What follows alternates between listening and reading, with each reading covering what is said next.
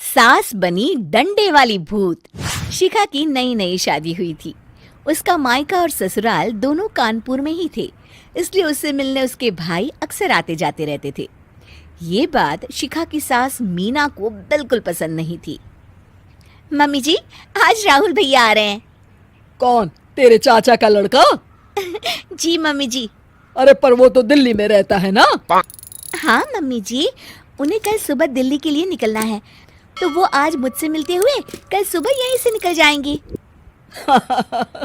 हमने तो धर्मशाला खोल रखी है ना। कुछ कहा क्या मम्मी जी? मैंने कहा हाँ हाँ, आने दे तेरे भैया को, जमकर खातिरदारी करेंगे। अब तो कुछ करना ही पड़ेगा, इससे पहले कि मेरा घर धर्मशाला बन जाए। ये कैसी बातें कर रही हो मीना? सच ही तो कह रही हूँ। अभी इसकी शादी को साल भर भी नहीं हुआ और आए दिन इसके घर वाले आ धमकते हैं। अरे तो क्या हुआ, वो इसी शहर में रहते हैं तो हाल चाल लेने आ जाते हैं। इस बार मैं उनका हाल और चाल दोनों ही बिगाड़ दूंगी। अब बहुत हो गया जी। अरे ये कैसी बातें कर रही हो? हे भगवान, बस आप तो देखते जाइए। शाम को राहुल आता है। नमस्ते आंटी, कैसे हैं आप लोग? हम लोग तो ठीक है, तुम कैसे हो बेटा? मैं भी अच्छा ही हूँ आंटी। बस आज रात के बाद नहीं रहोगे। चलिए भैया, मैं आपको हमारा घर दिखाती हूँ। रात में खाने के टेबल पर शिखा, रोहित कहीं दिखाई नहीं दे रहा। जी भैया, वो ऑफिस के काम से बाहर गए हैं, कल शाम तक आएंगे। अच्छा अच्छा। बेटा, क्या तुम भूत प्रेत में मानते हो?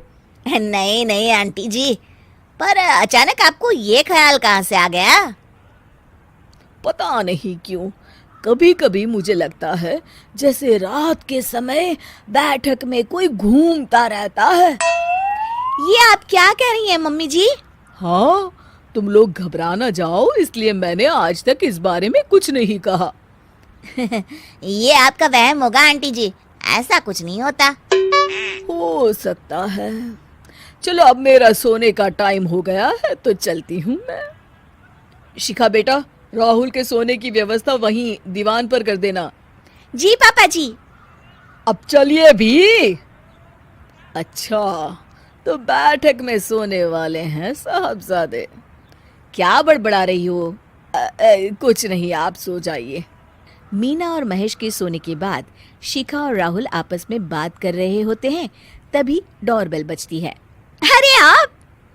सरप्राइज! काम जल्दी खत्म हो गया तो मैं आज ही चला आया। ये तो बहुत अच्छा किया।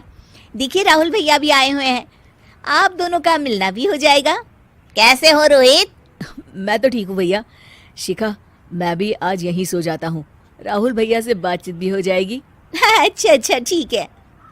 मीना आधी रात को उठती है, कंबल मुंह से पैर तक ओढ़ के डंडा लेके बैठक में आती है और देखती है दीवान पर चादर ओढ़े कोई लेटा हुआ है।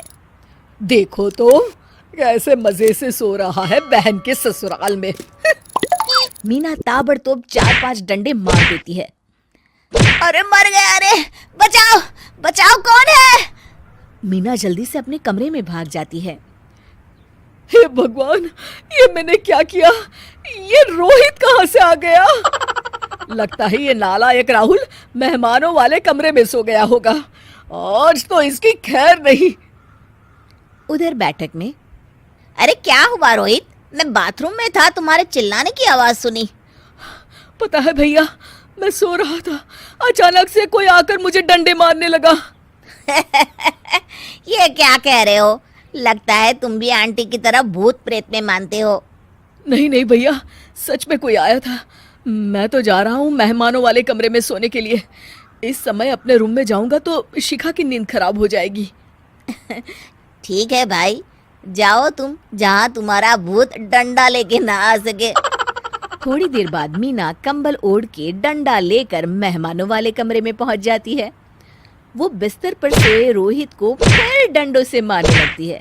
अरे मर गया, अरे मर गया। तू भूत प्रेत में नहीं मानता ना? ये ले, अब डंडे खा। हैं?